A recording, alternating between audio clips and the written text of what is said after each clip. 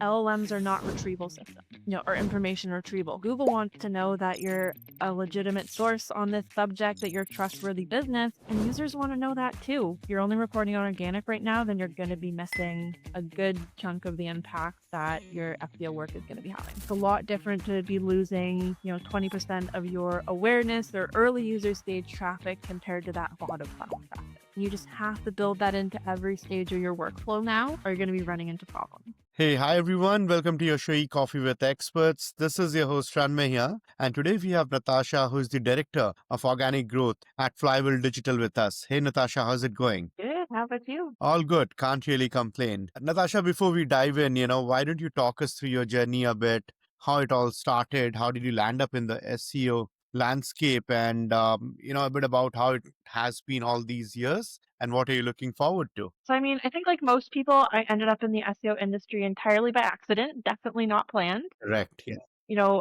As a kid and even kind of early in my career, my plan had always been to do something working with like children or youth. I think it was always something that came very naturally to me. My family works in like the mental health and child protection space, so just kind of naturally went towards a career in that direction. My undergrad was actually a program called Childhood and Social Institutions, so kind of like a liberal arts degree, but really focusing on like children and families and society, law, policy, things like that. After I graduated, I actually spent a year out in Quebec in a French speaking community in Canada working with English teachers there, which was fun. Kind of worked in jobs in like the YMCA doing recreation programming, community programming, all of that. And it was great. I love the work. I still miss it sometimes. But, at the time it was very difficult to get teaching jobs in the province that I live in Ontario. Go to school, literally have to wait years to even get like a temporary contract. And just kind of the other work, again, it wasn't well paid. Full-time jobs were hard to come by. So I was just hitting a point of like, I love living with my mom. I don't want to do this forever. And I need, a career that pays the bills.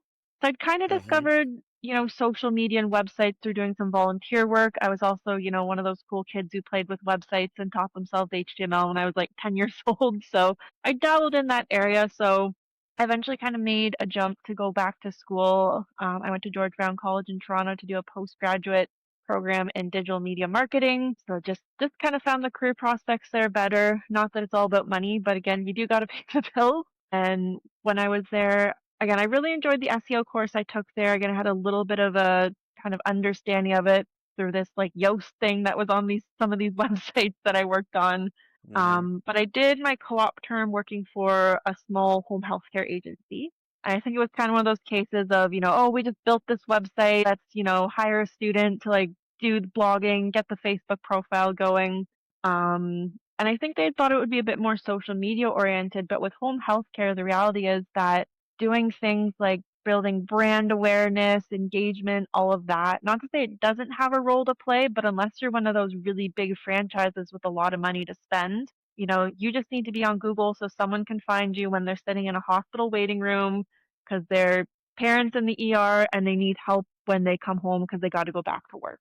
That was kind of my crash course in doing it. I was lucky to land an SEO focus role in a local agency once I graduated, and that was kind of that. Just kind of worked my way up the ladder. I've been at Flywheel almost 5 years now. It'll be 5 years in December, which is wild. We just been thinking a lot about that lately, just how Flywheel's changed, even how my life has changed in the last 5 years. And, we did not have directors when I started. Now I am one of the directors. So again, kind of an accidental journey like so many people, but I'm glad I ended up where I am. Very nice. From not being sure of getting into the SEO space to now, being on the SEO stage. You recently spoke at Brighton SEO. Took us through, how is the experience of being on stage, kind of looking at so many people, talking around it. What was the gig all about? Yeah, it was fun. I know I'm certainly missing that sunny San Diego weather that we had last week there. Fun fact about me is I'm also a musician. I play the trombone. I grew up playing violin and flute. I've played in orchestras, big bands. So Oh, I'm nice. one of those weird people. I almost prefer being on stage over like going to a networking event and introducing myself to someone.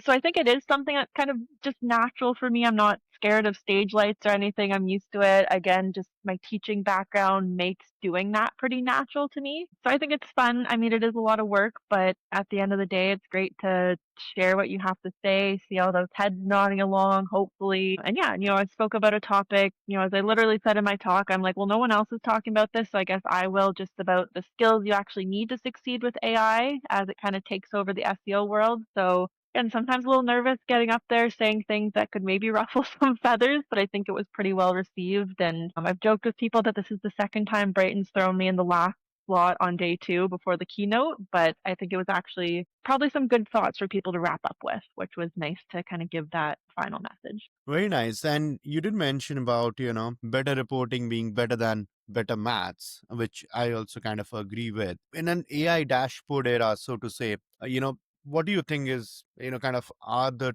true essence of, SEO reporting in 2025, beyond those Mm. vanity metrics? I would probably say it boils down to two things. One, I think, when I first spoke at Brighton about, the better reporting doesn't mean better math theme, a lot of it is just focusing, on what actually matters, again, going beyond vanity metrics. So that hasn't changed at all with AI. The focus has maybe changed a little bit, but it's just keeping it on, how much revenue are we generating? What's the quality of traffic? We're doing a lot of work these days breaking down, reporting more about like user journey. So we all hate losing traffic. It sucks. It's kind of scary, but it's a lot different to be losing, 20% of your awareness or early user stage traffic compared to that bottom funnel traffic. So just segmentation has been helpful for understanding the impact. And I think the other thing that's really important for good SEO reporting now is don't just report on SEO. I was actually just talking to a client about this yesterday, saying make sure you shared your forecast for all channels, not just organic, because we are starting to see spillover effects. Maybe someone learns about your brand in an AI overview, and then they Hmm. go directly to your website maybe a few days later, or they technically convert through social if you're using last click attribution, but they discovered you through that AI overview. Or LLM, where again, you're not getting the traffic immediately from it, but it's influencing it. So if you can see, maybe one channel is going down, but overall traffic and revenue is going up, that can help you figure out where impacts are coming from. Again, we're doing more reporting on traffic and revenue specifically from LLMs. We have that set up now. Even we're looking more at referral traffic specifically from Reddit. Yeah, if you're only reporting on organic right now, then you're going to be missing a good chunk of the impact that your SEO work is going to be having. Absolutely. And then what is your take or strategy on EEAT, kind of has been at the crux of Google's framework for quite some time now. How do Mm. you think it matters most for organic trust there? I mean, it's a non-negotiable. Both from Google's perspective, especially when I teach, I always explain it from the user perspective too.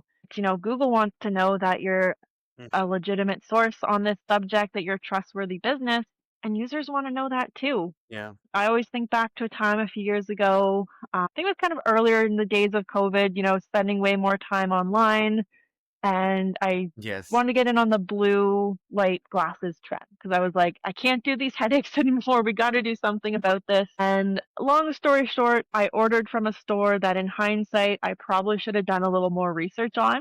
They did eventually send me my product about 3 months late. It wasn't what I wanted, and it was far past when I wanted it. But when I started to go search for like, contact information, I was like, oh, there's no email or phone number, any contact information listed. Again, just doing more digging, it's like, oh, look at all these bad reviews. I don't know if these guys are legit. So again, it's demonstrating that to users, but demonstrating it to Google, but demonstrating it to users as well. Because we all Mhm. know there's a lot of crap and scams out there, so you've got to show that you're legit. And again, I can just think of so many instances with clients, I can think of one client, especially in the financial space, where they took a huge hit, 2 years ago, from September helpful content update as well as that 2023 August core update. It took a year for us to really turn things around, but they just had a record breaking month. And a lot of that came down to EAT and just overall content quality. So it's like, it's a great thing in theory, but we also have the numbers to show that it works. Very nice. And as an educator, Natasha, how are you retraining, SEOs on, for the getting them ready for the AI era, and what skills, as per you, kind of matters more now than ever? I mean, obviously, I just gave a whole talk on this. So some of the specific skills that I think is really important to emphasize, one I keep preaching is just you have to actually understand how LLMs work. When I start my course, it always starts with how do search engines work because you can't optimize for them if you don't understand what they're looking for. So Exactly. LLMs are the same. I think I saw a great LinkedIn post from, I think it was Brittany Mulder going around the other day. Might have been a few weeks old because good old LinkedIn's algorithm right now, but it was I think she was saying that like LLMs are not retrieval systems, or information retrieval. Like they work in a different way, even if the way we experience them as users is maybe similar. So just diving into that knowledge, super key. We have to prioritize things like fact checking. It seems so obvious, but a lot of people don't do it. And you Mhm. just have to build that into every stage of your workflow now, or you're going to be running into problems. I Right. think another thing here, it's like there are skills that are changing. Obviously, where I'm starting to integrate how to use AI into my course. I'm not honestly doing a ton of it, partially because of time, but also just because I don't want people to become overly reliant on it from the start. Hmm. But I'm a rare person that actually took an SEO course when I did my postgrad. And Hmm. one thing that my wonderful instructor said is that I need to teach you how to think about SEO because everything I'm teaching you in this course could change in 2 weeks. So if I've just taught you a checklist, it could not apply in a few weeks and then I wouldn't have done you a good service as an instructor. So that's something I really carry in my teaching as well. I think it's always influenced my career, but especially now as an instructor, I'm very clear that I'm not just going to give you a step-by-step list of how to do SEO. I want to teach people how to think about it, understand the why behind what we're learning, Yeah. and really my role is to empower them to not just do SEO today or next week, but to be able to do it 6 months and a year down the road. Absolutely makes sense. And talking about, 6 months or a year down the line, what is that one bold prediction you're willing to make? How are we ending 2025 with all the AI and organic growth there? Possibly a spicy take here, but I honestly think that the adoption is going to be slower than a lot of people are thinking. Hmm. Nothing drives me nuts more than seeing charts out there predicting linear growth based on, current growth rates Yeah. because AI is still largely used by those of us in the tech and marketing bubble. And I don't think the average user is ready for Very it. good point there. Yeah, I think it is going to change. I'm definitely not saying that people aren't going to use this technology. I think they're also just going to be forced to. I Yeah. also think now that we're seeing integrated in different apps, Google's integrating Gemini into its phone. I think people are just naturally going to start using it even if they don't realize it. But yeah, I don't think people are ready. I don't think the trust is there. And as I think those of us in the industry know, AI is a skill, and we're still developing that in our industry, let alone the general population. Yeah. So it's going to grow, it's going to change, but I think we're looking at the next few years, not the next few months. Lovely. Very good points there, Natasha. And before we wrap this up, a quick rapid fire. Ready. All right. Your last Google search. Ooh, something about going through a base period for race training because I'm very obsessed with running right now. Okay. All right. Your celebrity crush. I honestly don't have one. I'm really not cool. I could barely tell you like names of celebrities. It's okay. Where do we find Natasha on Friday evenings after office or after work? Probably out on a patio in downtown here. Nice.